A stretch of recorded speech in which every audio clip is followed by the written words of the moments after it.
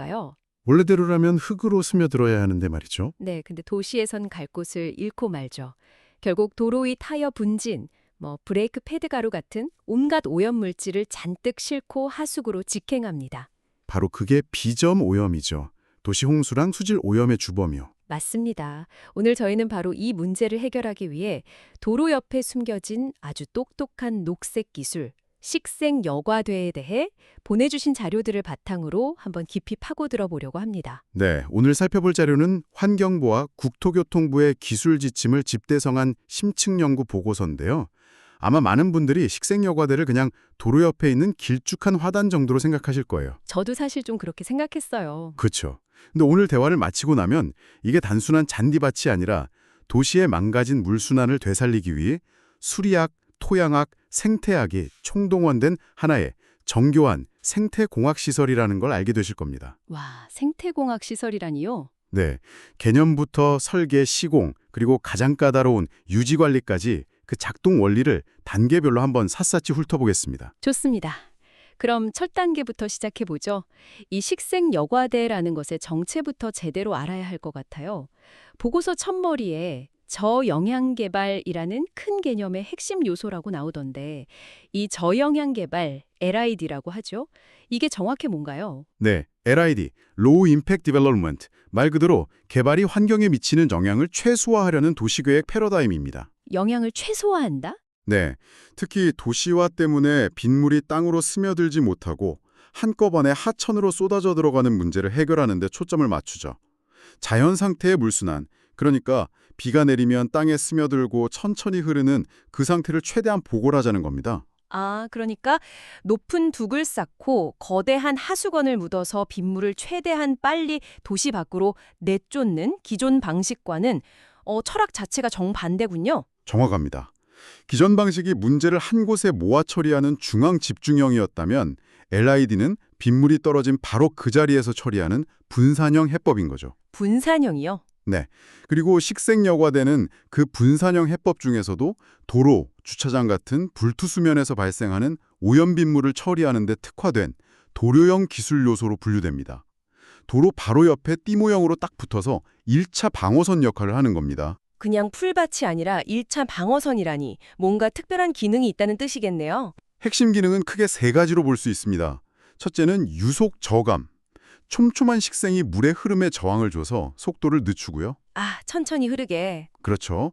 둘째는 오염물질 제거. 속도가 느려진 물에서 무거운 입자들은 자연히 가라앉고 이걸 침전이라고 하죠. 그리고 미세한 부유물질들은 식물의 줄기나 잎에 걸러집니다. 여과 기능이죠. 침전과 여과. 그리고 마지막으로 가장 중요한 침투 기능입니다.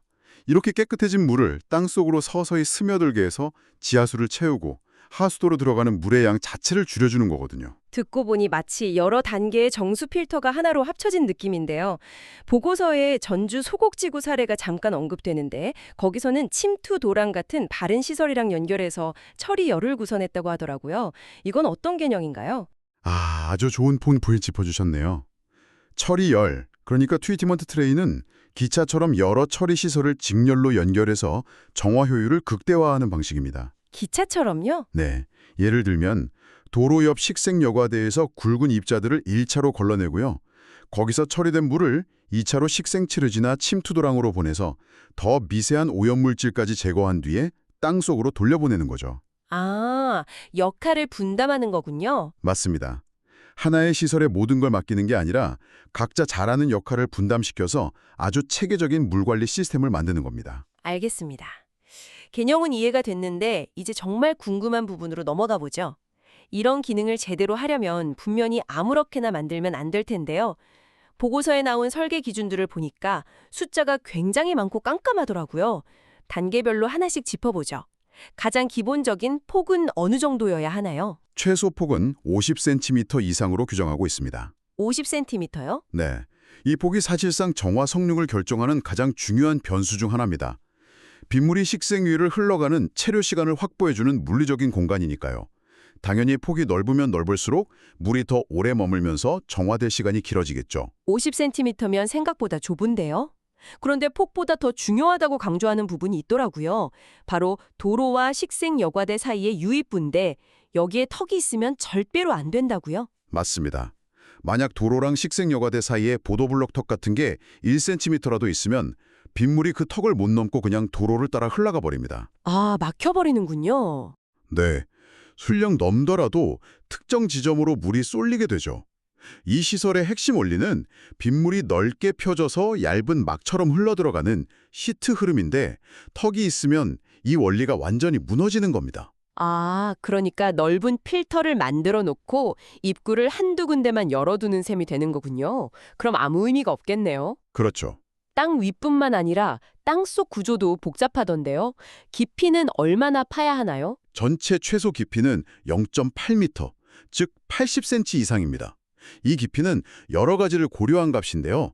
식물 뿌리가 건강하게 자랄 공간, 또 빗물을 임시로 저장할 여유 공간, 그리고 겨울철에 땅이 어는 깊이인 동결심도까지 모두 계산해 넣은 수치입니다. 80cm요? 네. 이 80cm 중에서 맨 위 15에서 30cm 정도는 비가 올 때 물을 잠시 가둬두는 담수심으로 비워두는데 이게 일종의 소규모 저수치 역할을 해줍니다. 여기서 정말 중요해 보이는 환경 보호 장치가 나오더라고요. 바로 지하수와의 거리. 최소 1.2m를 띄워야 한다고요? 네, 이것은 타협할 수 없는 가장 핵심적인 규정 중 하나입니다. 시솔 바닥에서 계절에 따라 가장 높이 올라오는 지하수위까지 최소 1.2m의 거리를 반드시 확보해야 합니다. 잠깐만요. 1.2m요? 그럼 만약에 어떤 지역에 이 시설을 만들려고 땅을 파봤는데 지하수가 너무 가까이 있으면 이 기술은 아예 적용조차 못하는 건가요? 원칙적으로는 그렇습니다. 이 1.2m 두께의 흙층이 불포화대라고 불리는데 오염물질을 최종적으로 분해하고 흡착하는 마지막 자연 필터 역할을 하거든요. 아, 마지막 필터? 네. 만약 이 거리가 확보되지 않으면 도로에서 씻겨 내려온 중금속이나 유류 같은 오염물질이 제대로 정화될 시간도 없이 지하수로 바로 직행하는 최악의 상황이 발생할 수 있습니다. 와... 1.2m는 그런 재앙을 막기 위한 최소한의 안전거리인 셈이죠. 이런 곳에는 침투 대신 다른 방식의 LED 시설을 적용해야 합니다. 단순히 물을 빼는 게 아니라 지하수 오염까지 막아야 하니 땅속 조건이 정말 중요하군요. 땅 자체라 물을 잘 흡수하는 능력, 즉 토양의 침투율도 기준이 있던데요. 그렇습니다. 시설 바닥 아래에 있는 원래 토양의 침투율이 시간당 13mm 이상은 되어야 합니다. 쉽게 말해 물 빠짐이 좋은 사질, 양토 수준을 의미하는데요. 만약에 진흙 땅처럼 물이 잘 안 빠지면 어떻게 되죠? 그러면 이제 물이 고여서 식물 뿌리가 썩고 혐기성 바클리아가 번식하면서 악취가 나게 됩니다. 이런 경우에는 투수성이 좋은 흙으로 바꾸거나 시설 바닥에 구멍 뚫린 관, 유공관이라고 하죠. 그걸 깔아서 강제로 물을 빼주는 별도의 배수 대책이 반드시 필요합니다.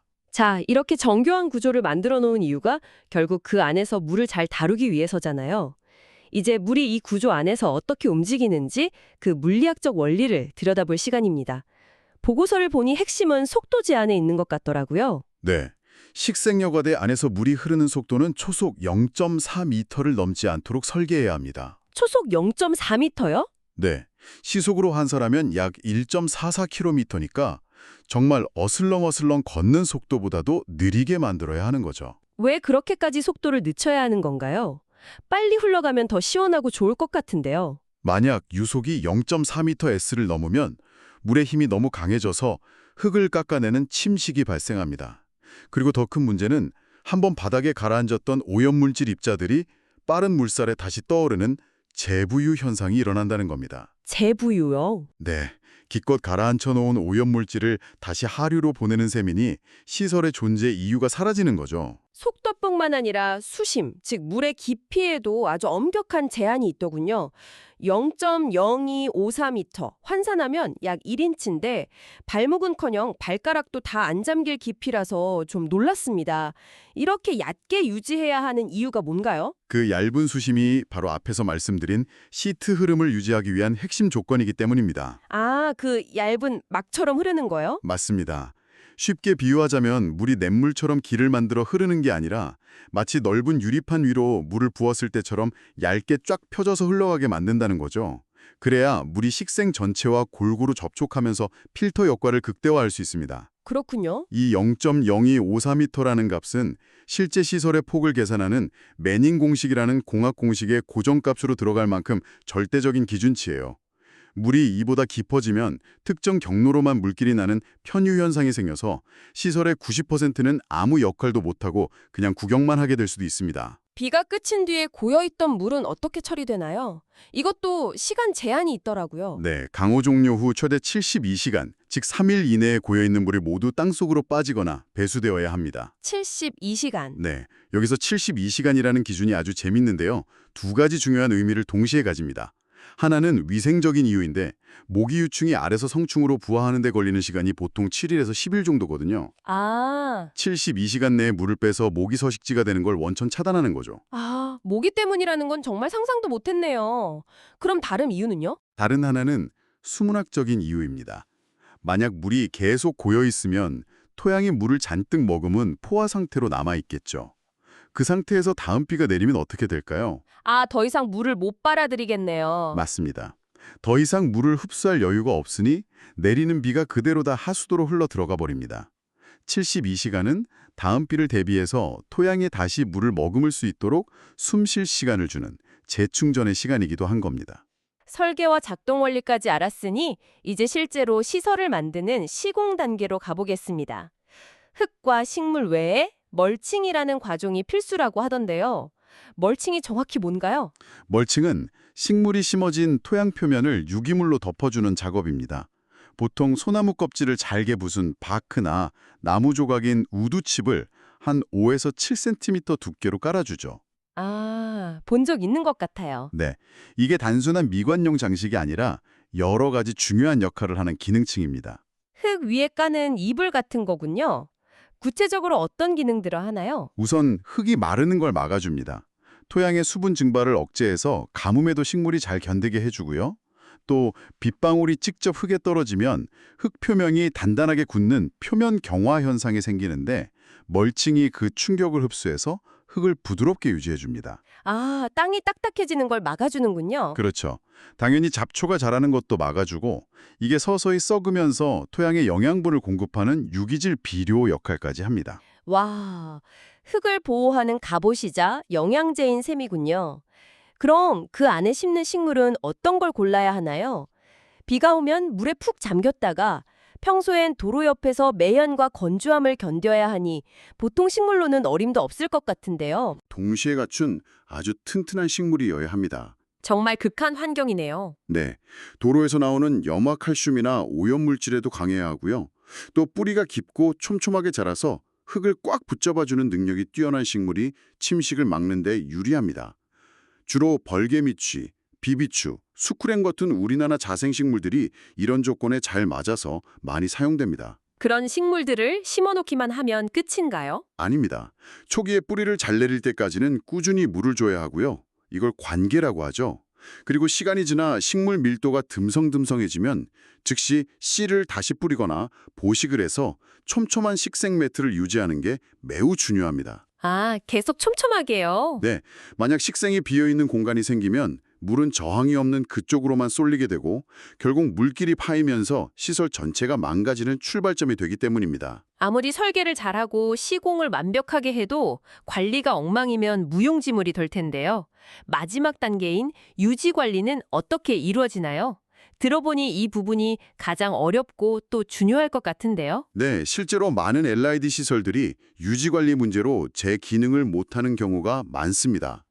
유지관리는 크게 두 가지로 나뉘는데요. 하나는 정기적으로 하는 일상적 관리 활동입니다. 일상적인 관리요? 네, 앞서 말한 물주기나 씨 뿌림, 그리고 풀을 깎아주는 예초 활동이 여기에 해당되죠. 여기서 중요한 건 예초를 할 때 잔디밭처럼 너무 짧게 깎으면 안 된다는 겁니다. 풀의 키가 어느 정도 있어야 물의 속도를 늦추고 오용물질을 거르는 여과 기능이 제대로 발휘되거든요. 말씀하신 점검표는 굉장히 이상적인데 솔직히 실제 현장에서는 인력이나 예산 문제로 저렇게까지 꼼꼼하게 관리되지 않는 경우가 더 많지 않나요? 낙엽이나 담배꽁초 같은 쓰레기가 잔뜩 쌓여서 막혀버린 식생여과들을 저도 본 것 같거든요. 바로 그게 문제 발생 시에 하는 보수적 관리의 중요성을 보여주는 사례입니다. 폭우로 흙이 파인 곳은 없는지, 도로에서 쓸려 내려온 흙이나 쓰레기가 유입부에 쌓여 물길을 막고 있지는 않은지 주기적으로 점검하고 즉시 조치해야 합니다. 유입부가 특히 중요하군요. 네, 특히 유입부에 퇴적물이 1cm만 쌓여도 턱이 생긴 것과 같은 효과가 나타나서 빗물이 시설 안으로 들어오지 못하고 그냥 도로를 따라 흘러가 버리게 됩니다. 자료에 포함된 점검표를 보니까 정말 체계적이더라고요. 72시간 후에도 물이 고여 있는가, 침식된 흔적이 있는가, 이런 걸 분기별로 확인하고 사진과 함께 기록하게 되어 있었어요. 맞습니다. 그냥 눈으로 쓱 훑어보는 게 아니라 정량적으로 상태를 추적 관리하라는 의미죠. 그런 꾸준한 기록이 있어야 시설의 성능이 언제부터 왜 나빠지는지를 파악하고 근본적인 해결책을 찾을 수 있습니다. 그냥 방치하다가 기능이 완전히 망가진 뒤에 고치려면 훨씬 더 큰 비용이 들게 되니까요. 자, 오늘 정말 깊게 파고 들어봤네요. 이 모든 내용을 한번 종합해 볼까요? 식생여과대는 그저 보기 좋은 길가의 녹지가 아니라 도시의 물 문제를 해결하기 위해 수리학, 토양학, 생태학의 원리가 총집결된 아주 정교한 시스템이라는 걸 확실히 알게 됐습니다. 네, 그렇죠. 지하수와 1.2m 거리를 둬야 하고 물의 속도는 초속 0.4m를 넘으면 안 되고 3일 안에는 물이 빠져야 한다는 이런 핵심 숫자들만 기억해도 이 시설이 얼마나 과학적인지 와닿으실 것 같아요. 사항이군요. 네, 일정 규모 이상의 개발 사업을 할 때는 반드시 이런 비점오염 저감 시설을 설치하겠다는 계획서를 제출하고 관할 환경청에 신고해서 승인을 받아야 합니다. 오염을 유발하는 주체가 그 처리 비용까지 책임져야 하는 오염 원인자 부담 원칙이 도시계획 단계에서부터 법적으로 적용되고 있는 거죠. 오늘 우리는 식생여과대의 개념부터 설계, 관리까지 단계들로 그 속살을 들여다봤습니다. 듣고 보니 정말 잘 만든 기술이라는 생각이 드는데요. 하지만 보내주신 보고서는 마지막에 한 가지 중요한 질문을 던지고 있었습니다. 네, 기후변화에 대한 부분이죠. 맞습니다. 기후변화로 인해서 우리가 경험해보지 못한 국지성 호우, 상상도 못할 만큼 강력한 비가 점점 더 잦아지고 있는데 과연 지금의 설계 기준만으로 미래의 극한 강우까지 감당할 수 있을까 하는 질문이죠. 도시를 지키는 이 작은 녹색 인프라가 앞으로 어떻게 더 똑똑하게 지나야 할지 여러분도 우리 동네 도로 옆을 지나치실 때 한 번쯤 생각해 보시면 좋겠습니다.